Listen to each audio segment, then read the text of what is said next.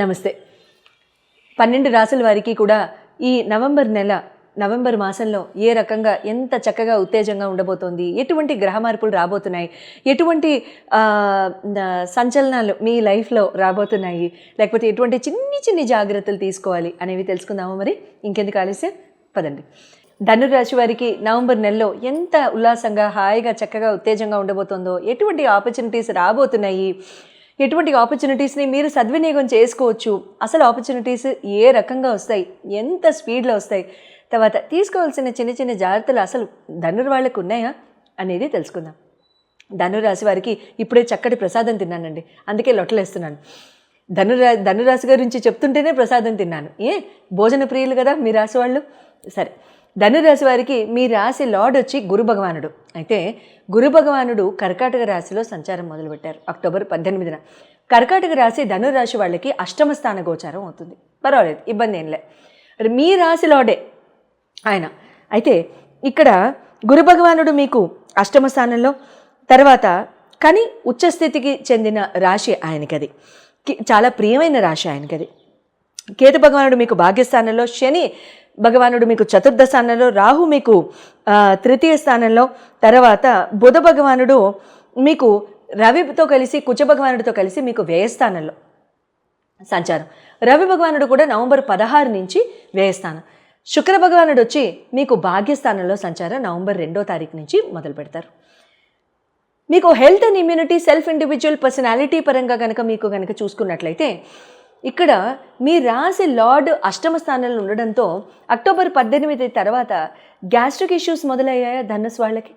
కడుపు ఉబ్బరం, తినేది రోజు అన్నమే, అదే కూరలు, ఇంట్లో చేసేవంటే అదే పప్పు అదే కూర, అయినా సరే గ్యాస్ట్రిక్ ఇష్యూస్. ఎంత కొంచెం తిన్నా కడుపు ఉబ్బరంగా, కాస్త అంటే అంటాం కదా రాయిలాగా అయిపోయింది కడుపు అంతాను అని. సో ఆ రకంగా అవ్వడానికి ఎవరికైనా జరిగిందా? కమెంట్స్లో తెలియచేయండి. అటువంటప్పుడు సింపుల్ అండి, అంటే గోటితోనే తీయాలి, ముళ్ళుతోనే తీయాలి అంటారు కదా. అందుకు మీకు ఒక చక్కటి రెమెడీ చెప్తాను చూడండి.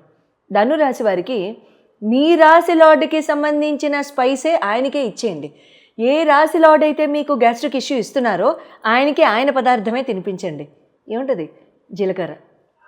జీలకర్ర గురు రాహువులకి ఇద్దరికీ సంబంధించిందే, కానీ ముఖ్యంగా గురువుకి సంబంధించింది.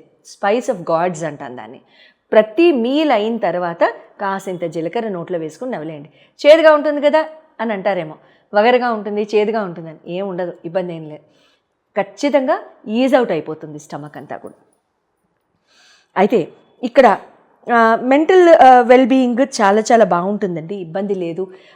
కాస్త మెంటల్ క్లారిటీ వచ్చి ఉండాలి ఈ పాటికి, మీకు టెన్షన్ తగ్గుండాలి, యాంగ్జైటీ తగ్గుండాలి ధనుసు వాళ్ళకి అక్టోబర్ 18 దాటిన తర్వాత. అవునా? అలా అయితే కమెంట్స్లో చెప్పండి, చాలా సంతోషపడతాను నేను. తర్వాత ఎడ్యుకేషన్ అండ్ లవ్ పరంగా కనుక చూసుకున్నట్లయితే మీ పంచమాధిపతి మీకు కుజ భగవానుడు 12వ స్థానంలో వ్యయస్థానంలో. ఇక్కడ ఏమవుతుందంటే కుజ భగవానుడు 12వ స్థానంలో వ్యయస్థానంలో ఉన్నప్పుడు మీ పంచమాధిపతి ఇక్కడ మీకు ఏ రకంగా ఉంటుంది అని అంటే మీ ఎడ్యుకేషన్ పరంగా మీకు ఇక్కడ ఒక రకంగా మీరు బాగా ఎనర్జీ డ్రెయిన్ అయిపోవడం, లేకపోతే చదువుకోవాలని శ్రద్ధ పెట్టాలనుకోవడం, ఆ శ్రద్ధ పెట్టకపోవడం, లేకపోతే బాగా టయర్డ్ అయిపోయి పెట్టడం లాంటివి ఇక్కడ జరుగుతూ ఉంటాయి అన్నమాట. టైం అంతా వృధా అయిపోయిన తర్వాత అప్పుడు చేయాల్సి వస్తే అప్పుడు ఏమవుతుంది? బాగా అలిసిపోయినట్టు, ఏదో డ్రెయిన్ చేసేసినట్టు, ఏదో పుల్ చేసేసినట్టు ఉంటుంది. అంతవరకే ఉంటుంది తప్ప ఇబ్బంది ఏం లేదు. నవంబర్ ఫస్ట్ వీక్లో కొంచెం ఈజ్ అవుట్ అవ్వడానికి అవకాశాలు ఉంటాయిలేండి, ఫస్ట్ సెకండ్ వీక్స్ దాటాక. అయ్యాక ఇక్కడ మీకు లవ్ పరంగా కూడా అంతే. ఇక్కడ ఏమవుతుందంటే కొంచెము మీ జీవిత భాగస్వామి అవ్వడానికే కదా ఆ లవ్ అఫేర్. సో ఆ లవ్ అఫేర్లో కూడా మీకు ఏమవుతుందంటే 12వ స్థానంలో ఇక్కడ ఏమవుతుందంటే కొంచెం మీకు మీరు ఎక్స్ట్రా ఎఫర్ట్ పెట్టడం, కాస్త ఆహ్లాదంగా మీరు ట్రై చేయడం, లేకపోతే ఆహా అనిపించే మూమెంట్స్ పరస్పరం ఒకరికొకరు ఇచ్చుకోవడం లాంటివి ఇక్కడ జరుగుతూ ఉంటాయన్నమాట. ఇక్కడ మ్యారేజ్ పరంగా కనుక చూసుకున్నట్లయితే మీ సప్తమాధిపతి బుధుడు అవుతాడు మీకు. బుధుడు 12వ స్థానంలో ఉండడం వల్ల ఇక్కడ ఏమవుతుందంటే కమ్యూనికేషను మీరు చేయాల్సిన అవసరం రావడం, చేయగలగడం లాంటివి కూడా జరుగుతూ ఉంటాయి. ఇబ్బంది లేదు, చక్కగానే చేస్తూ ఉంటారు, ప్రాబ్లం లేదు. ఎందుకంటే అదే వృశ్చికం మీద కేతువుకు కూడా చూపు ఉంది, అదే వృశ్చికం మీద శనికి కూడా చూపు ఉంది. ఇప్పుడు శని భగవానుడికి కేతు కూడా అక్కడే ఉన్నారులేండి, ఇబ్బంది లేదు. మీకు ఒక చిన్న టిప్ ఇస్తా. తెల్ల నువ్వులు నల్ల నువ్వులు రెండు కలిపి ఎప్పుడైనా మరీ కాస్త చిరాగ్గా ఉంది అనుకున్నారు అనుకోండి, తెల్ల నువ్వులు నల్ల నువ్వులు కాసిన్ని ఇన్ని తీసుకుని చుట్టూతా తిప్పేసేసుకుని 7 సార్లు యాంటీ క్లాక్ వైజ్ డైరెక్షన్లో ఫ్లష్ చేసేసేయండి. లేదా ఫ్లష్ వద్దు, సింక్లో వేసేసేయండి, ఎవరు తొక్కని చోట వేసేసేయండి, డ్రైన్ చేసేసేయండి వాటిని. అప్పుడు మీకు అమ్మయ్య అన్నట్టుగా అనిపిస్తుంది. తర్వాత ఒకరికొకరు హెల్ప్ ఇచ్చుకుంటూ ఉంటారు జీవిత భాగస్వామితో. ఏది ఉన్నా సరే, ఏ ఐడియాలజీ ఉన్నా సరే జీవిత భాగస్వామితో చెప్పుకోవాలనిపిస్తుంది, వాళ్ళతో మనసు విప్పి మాట్లాడాలనిపిస్తుంది. అటువంటివి అవుతూ ఉంటాయి. కానీ సమయం దొరకదు. దేన్నైనా వాడండి, సమయాన్ని మీ చేతిలోకి తీసుకోండి, సిచ్యువేషన్ని మీరు కంట్రోల్లోకి తీసుకోండి. అటువంటివి కనుక చేసినట్లయితే మంచి జరుగుతుంది. కెరియర్ అండ్ బిజినెస్ పరంగా కనుక చూసుకున్నట్లయితే మీకు నవమ దశమాధిపతులు 9th lord and 10th lord మీకు రవి బుధులు అవుతారు. ఇక్కడ రవి బుధులు కూడా, రవి ఇప్పుడు లాభస్థానంలో ఉంటూ కూడా 12వ స్థానానికి వెళ్ళడం, బుధుడు ఆల్రెడీ 12వ స్థానానికి వెళ్ళడం. ఇక్కడ ఏమవుతుందంటే కెరియర్ అండ్ బిజినెస్ పరంగా మీరు కాస్త అనుకున్నది అనుకున్నట్టు జరగకపోవడం, ప్లాన్స్ డిలే అవ్వడం, టైం వృధా అవ్వడం, లేకపోతే షూట్స్ ఇప్పుడు ఇవాళ నాకు కూడా అలాగే అయింది. షూట్ ఒక టైంకి పెట్టుకుంటే ఖచ్చితంగా ఒక 2 గంటలు లేట్ అయింది. సో ఆ రకంగా అవ్వడాలు లాంటివి. ఎందుకంటే మా యూనిట్కి సంబంధించిన వాళ్ళు కూడా ఇదే రాశికి సంబంధించిన వాళ్ళు. సో వాళ్ళు కూడా మాకు ట్రాఫిక్లో డిలే అయిందండి అన్నారు. ఎప్పుడైతే నేను బుధ భగవానుడి యొక్క ప్లేస్మెంట్ చూశానో ఆ తర్వాత కాస్త, లేకపోతే ముందు తాలింపులు పడ్డాయి, తర్వాత తాలింపులు కాస్త తగ్గించాను అనమాట.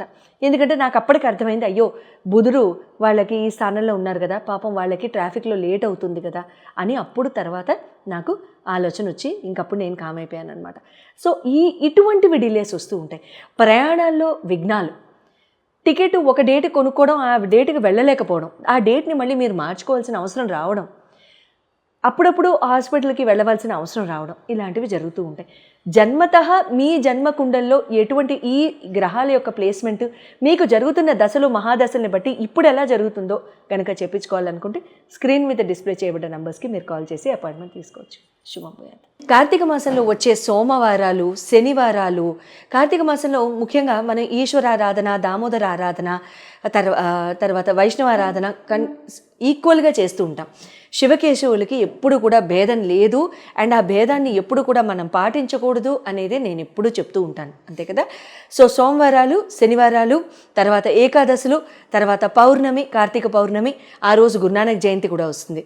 కార్తీక పౌర్ణమి తర్వాత కార్తీక అమావాస్య ముందొచ్చే చతుర్దశి, తర్వాత అమావాస్య రోజు పొలాల అమావాస్య, ఇలా దామోదర ద్వాదశి అంటే కార్తీక దామోదర ద్వాదశి అంటాం, కైసిక ద్వాదశి అంటాం. ఇలా తులసి వివాహము, ఇంకా చెప్పుకుంటూ వెళ్ళిపోతే ఇంకా 30 రోజులకి 30 ఈవెంట్లు, 30 చక్కగా మనం చేసుకోదగిన పూజలు మనం డిస్కస్ చేసుకుంటూ ఉండొచ్చు. అందరికీ ఉపయోగపడేలాగా మనకి వచ్చిన ఏ కొద్దిపాటి చిన్న చీమంత గోరంత కష్టం అనుకుందాం, గోరంత ఇష్యూ అనుకుందాం, ఆ గోరంత ఇష్యూని కూడా తీసేసేయడానికి తర్వాత పెళ్ళి కాని వారికి ఎంతో చక్కగా మీరందరూ కూడా శ్రవణం చేసినా చదివినా సరే, అంటే శ్రవణం అంటే విన్నా చదివినా సరే మీకు ఎంతో చక్కగా మంచి మేలుని చేకూర్చే శివమహత్యం కథ ఈరోజు చెప్పుకుందాం. అయితే శివమహత్యం కథలో పూర్వము శివయ్య రాజేశ్వరుని బ్రాహ్మణ దంపతులు ఉండేవారట.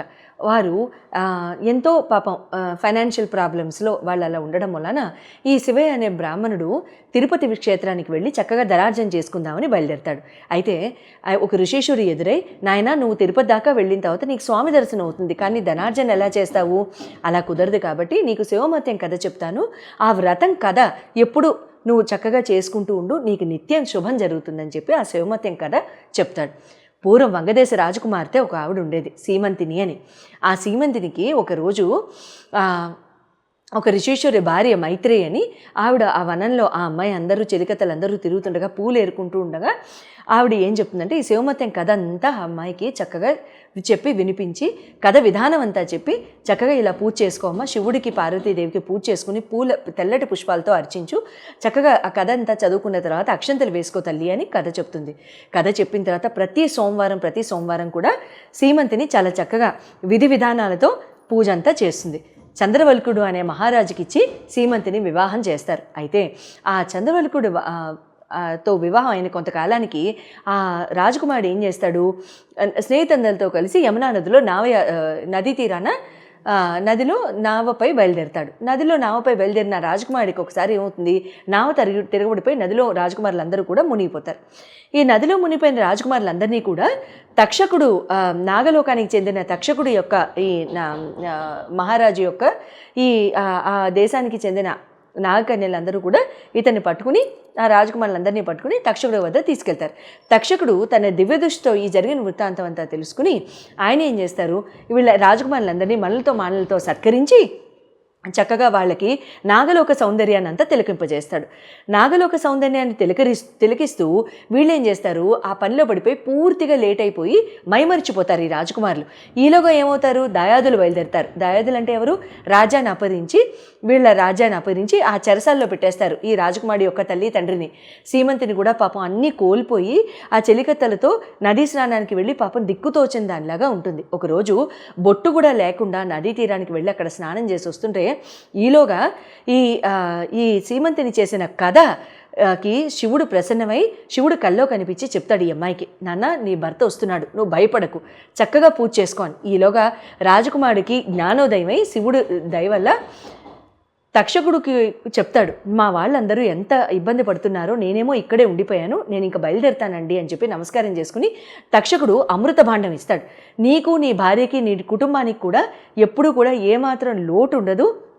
అమృతం అంటే ఏంటి, ఇంకా ఆల్మోస్ట్ ఇంకా మరణం లేనట్టే. ఆ భాండం తీసుకుని, అమృత కుండంతా తీసుకుని తక్షకుడు బయలుదేరతాడు. నది తీరం దాకా చేరేసరికి బొట్టు లేకుండా ఉన్న సీమంతిని చూసి తక్షకుడు అసలు గుర్తే పట్టకుండా సీమంతిని కూడా భర్తను గుర్తుపట్టదు. జరిగిన వృత్తాంతం అంతా మాయావి రూపంలో తక్షకుడిని తలుసుకుని మాయా వేషం వేసి జరిగిన వృత్తాంతం అంతా తెలుసుకుంటాడు.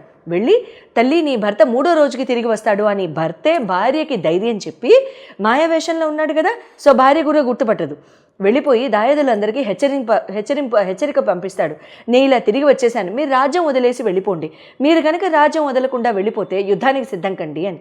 అప్పుడు వాళ్ళందరూ కూడా భయపడిపోయి వెళ్ళిపోతారు. ఆ వెళ్ళిపోయింది వాళ్ళు అట్లా వెళ్ళిపోతారు కదా. ఈలోగా చెరసాల నుంచి తల్లిదండ్రిని విడిపించుకుంటాడు. తల్లిదండ్రి ఏమంటారు, సీమంతిని చేసిన శివమత్యం కథములానే ఇదంతా ఇంత మంచి జరిగింది, లేకపోతే ఈ రాజ్యము భ్రష్టు పట్టేది, అందరం కూడా కోల్పోయేవాళ్ళం మొత్తం అని చెప్పేసి వాళ్ళు అనడం జరుగుతుంది. అప్పటి నుండి ఈ దంపతులు ఇద్దరు కూడా నిత్యం శివమత్యం కథ చదువుకుంటూ ఎల్లవేళలా చక్కగా ఉంటూ అంత్యమున శివ సాన్నిధ్యం చేరి మోక్షాన్ని పొందుతారు. పెళ్లి కాని వాళ్ళు ఎవరైనా ఉంటే ఈ శివమత్యం కథ స్త్రీల వ్రతకథ పుస్తకాల్లో ఉంటుంది, ఆన్లైన్లో కూడా దొరకచ్చు. నేను చూడలేదు ఆన్లైన్, మీరు వెతకండి. ఒకవేళ నాకే దొరికితే కనుక నేనే మీకు PDF రూపంలో పంపించేస్తాను, డిస్క్రిప్షన్లో ఉంటుంది, చూసి డౌన్లోడ్ చేసుకోండి. కథా పుస్తకాలు మీకు కష్టం అయితే కనుక ఎల్లప్పుడూ ప్రతి సోమవారం చక్కగా ఉపవాసం ఉంటూ తలస్నానం చేసే నియమం ఏం లేదు, చేయాల్సిన అవసరం లేదు. సో ఉపవాసం ఉంటూ సాయంత్రం పూట దీపం పెట్టుకుని, శివాలయంలో అయినా పర్వాలేదు, ఇంట్లో అయినా పర్లేదు, ఆవునేతో దీపం పెట్టుకుని కథ చదువుకుని అక్షంతలు వేసి శివపార్వతులకి నమస్కరించుకుని బెల్లం ముక్క అయినా సరే, మీరు ఏమాత్రం ఏ నివేదన చేయలేకపోతే బెల్లం ముక్క అయినా నివేదించండి. చక్కగా ఈ పూజ చేసుకోండి. ఎంతో నమ్మకంతో చెప్తున్నాను, ఖచ్చితంగా వివాహం కాని వాళ్ళకి కూడా వివాహం అయిపోతాయి. శుభం భూయాత్.